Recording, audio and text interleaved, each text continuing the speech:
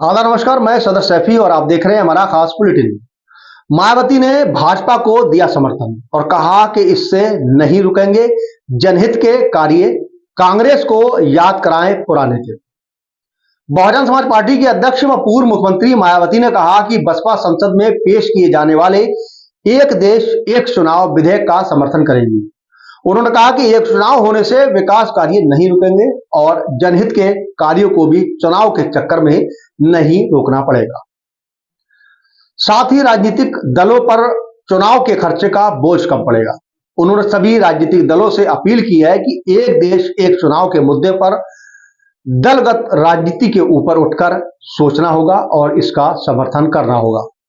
रविवार को बसपा मुख्यालय लखनऊ में उन्होंने पत्रकारों से कहा कि डॉक्टर भीमराव अंबेडकर जब कानून मंत्री थे तो उन्होंने देखा कि कांग्रेस संविधान के हिसाब से काम नहीं कर रही है, तो उन्होंने तत्कालीन प्रधानमंत्री जवाहरलाल नेहरू को अपना इस्तीफा दे दिया था। कांग्रेस ने डॉक्टर अंबेडकर को संसद में बोलने नहीं दिया था, तो उन्होंने मीडिया के सामने अपनी बात रखी थी।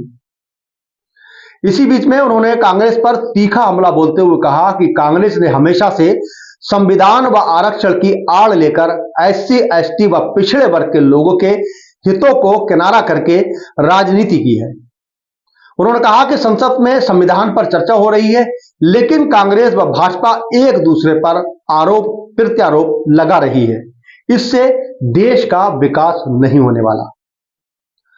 इसी बीच बसपा सुप्रीमो मायावती ने कहा कि संविधान के सार्थक अभी पूरी होगी तब उसे खुले मन से स्वीकार किया जाए। अगर यह संभव होता है तो आज 80 लोगों को बेरोजगारी व मजबूरी के चलते सरकारी अनाज पर निर्भर नहीं होना पड़ता। कांग्रेस ने बाबा साहब को भारत रत्न भी नहीं दिया था। BP सिंह की सरकार ने उन्हें भारत रत्न की उपाधि दी थी। इसी प्रकार बसपा के संस्थापक काशीराम की मृत्यु के बाद कांग्रेस ने एक दिन का राष्ट्रीय शोक भी घोषित नहीं किया था। उन्होंने लोगों से अपील की है कि वह कांग्रेस के हथकंडों से सावधान रहें। बसपा सुप्रीमो मायावती ने कहा कि संसद में संविधान पर हो रही चर्चा की आड़ में राजनीतिक दलों ने आम लोगों के हितों के मुद्दों को दरकिनार कर दिया है। संविधान पर चर्चा को लेकर कांग्रेस व समाजवादी पार्टी चुप रहती है तो बेहतर होगा। उन्होंने कहा कि सपा ने संविधान में संशोधन को लेकर लाए गए विधेयक को फाड़ दिया था।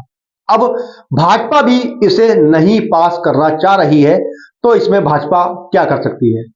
उन्होंने कहा कि यदि सरकार अपने हितों व विशेष व्यक्ति के हितों के लिए संविधान में संशोधन करना चाहती है तो बसपा डटकर विरोध करेगी, लेकिन उन्होंने मांग की है कि आरक्षण और प्रभावहीन बनाने से रोकने के लिए उसे 9वीं अनुसूची में डाल देना चाहिए था। फिलहाल मायावती ने एक